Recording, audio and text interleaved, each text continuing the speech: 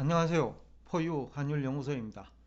이번 시간에는 전 세계적으로 지금 기준금리를 인상하는 분위기죠. 그 이유는 이제 물가 잡겠다는 건데, 과연 이제 기준금리 인상을 통해 가지고 물가를 잡을 수 있을까라는 주제를 가지고 나왔습니다.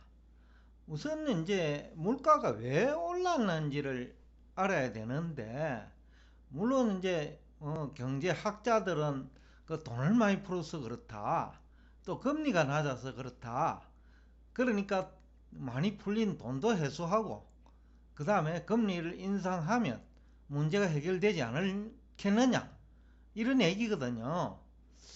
그런데 이제 우리 전 세계적으로 이제 그러면 통화량은 얼마나 풀렸고 그 다음에 물가는 얼마나 올랐느냐는 거죠. 그리고 국가별로 금리가 물가 상관관계는 얼마나 높는지 그거부터 한번 체크를 해보고자 합니다. 우선 이제 우리 국내 경제학자들은 그 미국에서 돈을 많이 풀었다, 뭐 안유아 교수님도 그러고 김영희 교수님도 그렇고 미국에서 돈을 너무 많이 풀었다는 거죠. 그렇기 때문에 이제 물가가 올랐다, 이 얘기를 하거든요. 근데 이제 돈이 많이 풀렸다 아니면 적게 풀렸다는 기준이 있어야 되잖아요. 그죠? 그런데 이제 GDP 결제에 돈이 사용되니까 그러면 GDP 대비 돈이 많이 풀렸는지 적게 풀렸는지 비교해보면 알 수 있겠죠. 근데 미국은 2021년 말 기준으로 GDP가 21조 정도 될 거예요. 그런데 총통화는 이제 우리가 사용하는 통화가 총통화니까 은행 대출을 포함한 통화죠. 그 미국은 지난해 6월 말 기준이기는 한데 뭐 그러면 뭐 100% 조금 넘는 정도예요. 근데 물가 지수는 124니까 이것도 이제 2010년이 기준 연도인데 물가는 이 표에서 대부분의 국가가 전부 2010년 기준입니다. 이 통계는 한국은행 통계고 10년 만에, 그러니까 10년이 조금 넘었네요. 10한 1년 만에 거의 24% 올라간 거죠. 2020년 초 내지는 말까지는 물가가 거의 안 올랐죠. 근데 2021년은 이제 원래 이후에 많이 올라간 거죠, 사실은요. 그런데 이제 통화량 때문에 그러냐라고 만약에 접근을 한다면, 미국은 GDP 규모하고 뭐 총통하고 비슷하잖아요.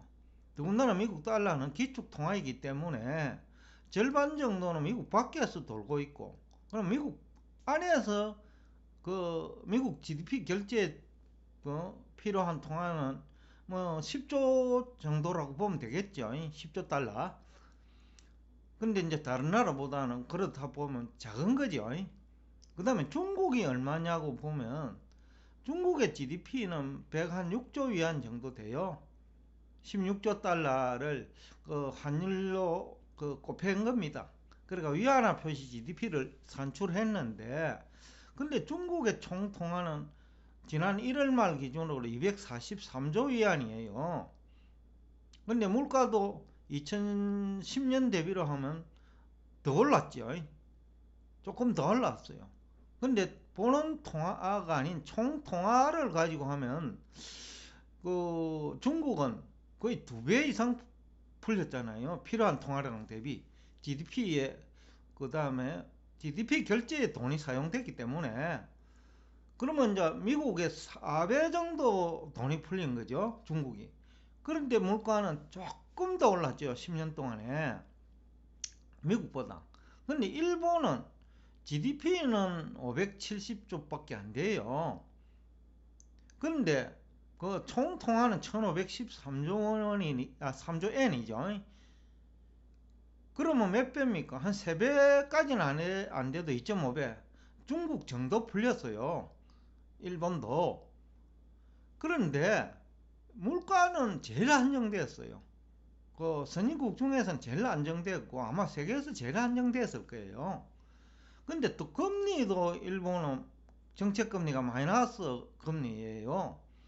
그럼 금리도 제일 낮고 통화량은 중국과 함께 제일 많이 풀렸는데 물가는 제일 낮아요. 일본을 보면 통화량의 문제도 아니고 금리의 문제도 아닌 것 같거든요. 이 물가라는 것이. 그 다음에 이제 한국을 또 보면 한국도 GDP는 한 2100조 정확한 통계가 없어가지고 대충 뭐 지난 2020년에다가 그 평균 환율 정도로 꼽혀가지고 얘기를 했는데 2100조 원 정도 돼요. 근데 총 통화는 3613조 원이니까 뭐 우리가 미국보다는 훨씬 많이 풀렸죠. 한 2배 이상 풀렸죠. 중국보다는 한 절반 정도 풀린 것 같고, 절반은 아닌데 중국이 뭐 230% 풀렸는데 한국은 150% 풀렸으니까 뭐 작게 풀린 것도 아니죠. 미국보다는 훨씬 많이 풀렸고요. 그런데 물가는 또 한국이 낮지 않아요. 그다음 금리도 우리가 뭐 그렇게 높은 편도 아니고 중국보다는 뭐 3분의 1 금리잖아요. 일본보다는 뭐 한 10배 높지만 10배도 넘게 넘네요.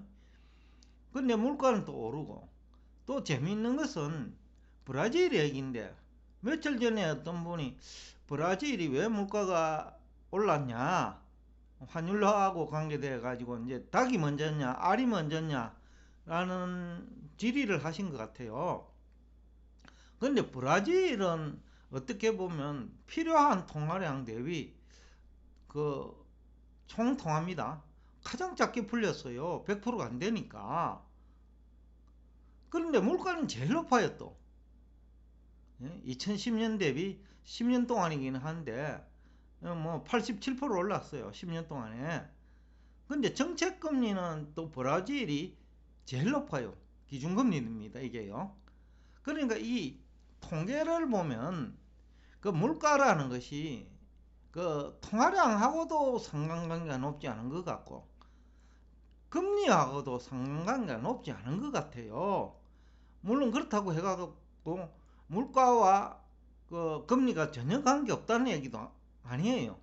한국을 예로 들면 그 총통화가 여러분이 제일 잘 아니까 이제 한국을 가지고 얘기하는데 총통화는 은행에서 빌린 돈을 포함하니까 주로 아파트 구입한다고 돈이 많이 풀렸어요. 그러니까 이게 뭐냐 하면 낮은 금리가 영향을 준 거죠. 그러니까 금리가 낮으니까 돈을 많이 빌리가 집을 산 거죠. 그러니까 물가가 올랐다 얘기가 되죠. 집값이 오르면 또 생산원가 오르고 소비자 물가 오르니까 한국은 말이 된다는 거죠. 금리가 낮아서 물가가 올랐다는 것이 가장 그 적합한 나라가 한국이죠. 한국은 이제 금리를 올리면 좀 물가를 잡을 수 있는 국가지요. 여러분이 뭐 잘 알고 있는 뭐 현실이니까요. 금리가 낮으니까 돈을 빌려가지고 아파트를 구입하고 그러다 보니 아파트 가격이 올라버린 거죠.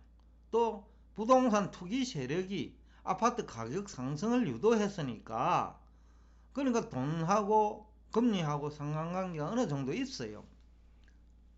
그런데 이제 일본은 그러면 뭐 금리는 한국보다 훨씬 낮잖아요. 돈은 더 많이 풀렸죠. 근데 물가는 제일 낮아요. 선진국 중에서. 그러니까 일본의 경우에는 금리와 물가 관계도 낮고 통화량과 물가 관계도 낮은 거예요. 그 경제학 교과서를 암기해 가지고 접근할 성질은 아니라는 거죠.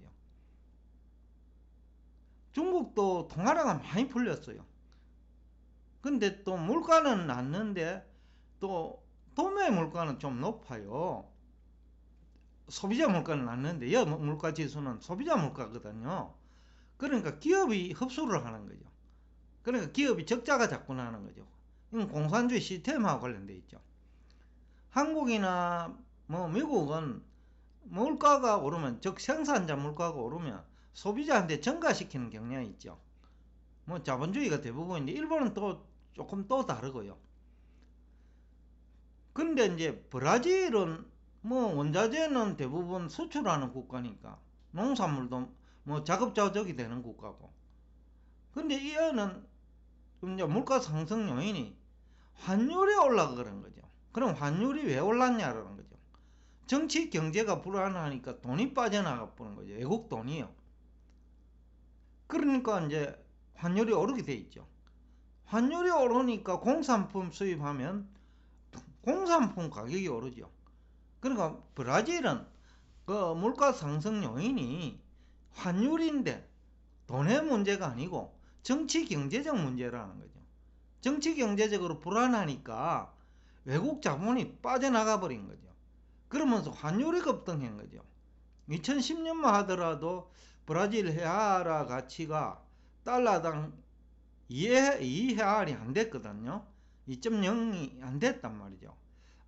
그런데 지금은 5.1이 되니까 거의 환율이 이제 100% 넘게 올라 버린 거죠. 그러니까 자체적으로 물가 오르는 그 심리하고 그 다음에 환율 올라간 것이 가장 중요한 물가 상승 요인이고 그 나라마다 물가 상승 요인이 다르다는 얘기를 지금 하고 있습니다.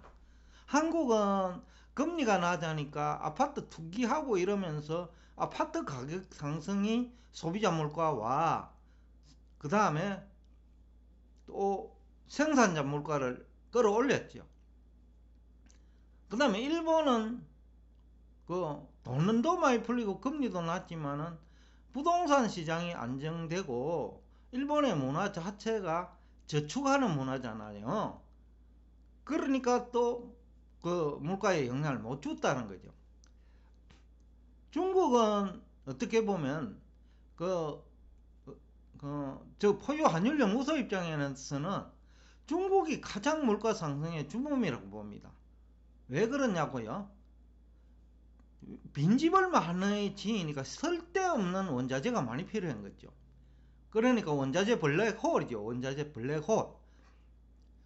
그러니까 중국에서 다 생산된다면 문제가 없는데 석유도 약 한 6, 70%는 수입을 하고 있고 곡물도 수입을 하고 있고 뭐 다른 원자재도 수입을 많이 한단 말이죠. 그러면 전 세계적으로 원자재를 가장 많이 소비하는 국가가 중국이죠. 그러니까 중국이 빈집을 많이 짓는 과정에 이런 물가, 그러니까 수입 물가가 많이 올라간 거죠. 그 전 세계적으로 물가 상승의 주범은 중국이지 이게 통화량의 문제는 아닌 것 같다라는 거죠. 결국은 이제 그 원자재 수급의 문제다라는 거죠. 근데 미국은 굳이 이제 원자재 가격 상승의 주범이라고 한다면 여기도 통화량의 문제는 아니라고 봅니다. 더군다나 보는 통화량의 문제는 아니다. 보는 통화량은 그 작아도 대출을 많이 할 수 있거든요. 그러니까 총 통화는 보는 통화량이 작아도 늘어날 수 있다는 거죠. 왜냐면 투자할 때가 있으면 되거든요. 그러니까 이제 이것을 세계 전체를 놓고 지금 봐야 된다. 왜 그러냐면 2021년도 물가 상승은 공급난이라는 것이 가장 일반화된 상식이잖아요. 그러니까 반도체 공급이 잘 안 된다. 그래서 이제 반도체 부족 현상이라는 거죠. 그러다 보니 반도체가 많이 들어가는 자동차라든지 이런 것들이 이제 올랐고 또 2차 전지를 사용하면서 전기차지요. 리튬 가격이 오르고 그 다음에 코발트 가격이 오르고 니켈 가격이 올랐다. 뭐 니켈 가격이 뭐 100% 가까이 뭐 불과 몇 달 동안에 올라 버리고 그 다음에 리튬 가격하고 코발트 가격은 1년 동안에 확 2배, 3배 오르고요. 그러니까 전기 자동차 가격이 오르기 마련이죠. 그러면 다른 또 리튬 전지도 또 가격이 오를 거고요. 휴대폰에도 들어가니까. 그러니까 이제 물가 상승 요인이 공급 측이라면 또 수요 측보다 공급 측이라면 공급을 늘려야 되는데 공급을 늘릴 수 없는 게 있다는 거죠. 리튬도 그렇고 코발트도 그렇고 반도체도 그렇고요. 지금은 이제 러시아 사건 때문에 또 그 네온 가스가 이제 러시아에서 대부분 수출을 하니까 또 반도체 생산에 차질이 생긴다는 거죠. 그러니까 이게 공급난이라는 거지. 공급난. 그러니까 리튬도 공급난, 반도체도 공급난, 코발트도 공급난. 또 이런 원자재가 아니더라도 그 코로나 사태가 장기화되면서 국가 간의 물류 이동이 잘 안 되잖아요. 금속도 뭐 철저하고 또 지하에서 생산되는 원자재는 또 생산에 차질이 생기고 또 석유와 같은 것은 또 전기차 시대 내지는 친환경 시대로 정책이 바뀌면서 그 석유 생산 시설 투자를 안 한 거죠. 그 다음에 베네수엘라 같은 경우에는 돈이 없으니까 외화가 없으니까 그 석유 생산 시설 투자가 안 되는 거죠. 그러니까 석유 생산이 안 되는 거고 또 중동의 이란은 그 핵 문제 때문에 수출이 금지되가 있다시피 되가 있잖아요.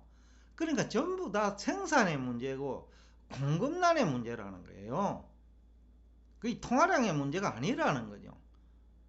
그 브라질을 보면 통화량은 가장 작게 풀리는데 물가가 제일 많이 올랐고 이거는 정치 경제의 문제고 한국은 그 통화량의 문제고 기준금리의 문제라는 얘기가 어느 정도 설득력이 있어요. 왜냐하면 낮은 금리를 이용해 가지고 부동산 투자를 하면서 부동산 가격이 올라 버리니 다른 생산 원가가 올라가 버리는 거죠. 그러니까 소비자 물가도 오르는 거죠. 근데 일본은 또 그게 아니에요. 중국은 빈집 짓는다고 세계적으로 원자재 소비를 많이 했고 미국은 중국이 원자재 소비를 많이 하니까 원자재들이 대부분 달러 표시로 그래야 되니까 그 미국 국민들이 아니면 투자은행들이 원자재 투자를 하는 거죠. 돈 벌라고요. 그러니까 주범은 중국이죠. 그 중국이 원자재 가격을 올리려고 하니 미국이 부족한 원자재를 이용해 가지고 원자재 투자를 내지는 투기를 해버린 거죠. 근데 이것을 금리를 가지고 해결할 수 있을까? 라는 그 우리가 의문이 들잖아요. 그래서 이제 우리가 금리를 인상하면 과연 물가를 잡을 수 있을까? 라는 그 캐션 마크를 지금쯤 던져볼 때가 됐다. 과연 기준금리 인상하면 물가 잡힐까라는 거죠. 이 얘기는 결국 공급난이 해결될까라는 거죠. 수요는 어느 정도 줄일 수 있어요. 한국 같은 데는 금리 중국 정도만 올려버려도 그 물가 안정되고 부동산 가격 내리고 할 수 있다라는 거죠. 한국은. 그런데 다른 나라는 그런 것 같지는 않다라는 거죠. 그러면 이제 자산 시장에 미치는 영향은 어떨까? 금리가 자꾸 올라가면 돈은 이동합니다. 돈은 주식시장에서 채권 시장으로도 이동할 수도 있고, 그죠? 또 원자재가 계속 오른다면 원자재 시장으로 또 돈이 이동할 수 있죠. 그러면은 이제 원자재 시장으로 돈이 이동하면 금리 인상해도 효과 없죠. 물론 금리를 브라질처럼 10%씩 이래 올려버리면 그러면 다 나머지 국가는 경제가 죽어버리면서 경기가 둔화되고 물가는 잡을 수 있을지 몰라도 경제가 죽어버리죠. 그 실업자가 많이 발생하고 이제 수요를 줄일 수는 있겠죠. 여하튼 오늘 제가 이제 얘기하는 주제가 그렇습니다. 이게 공급난 문제로 물가가 올랐다면 기준금리를 2%까지 올려가지고는 해결될 성질은 아니다. 물론 한국처럼 금리 때문에 아파트 가격이 올란 국가들은 효과가 있을 거예요. 근데 이제 자산시장에 미치는 영향은 적지 않을 것이다. 라는 얘기를 하면서 오늘 여러분과 대화를 여기서 끝내겠습니다.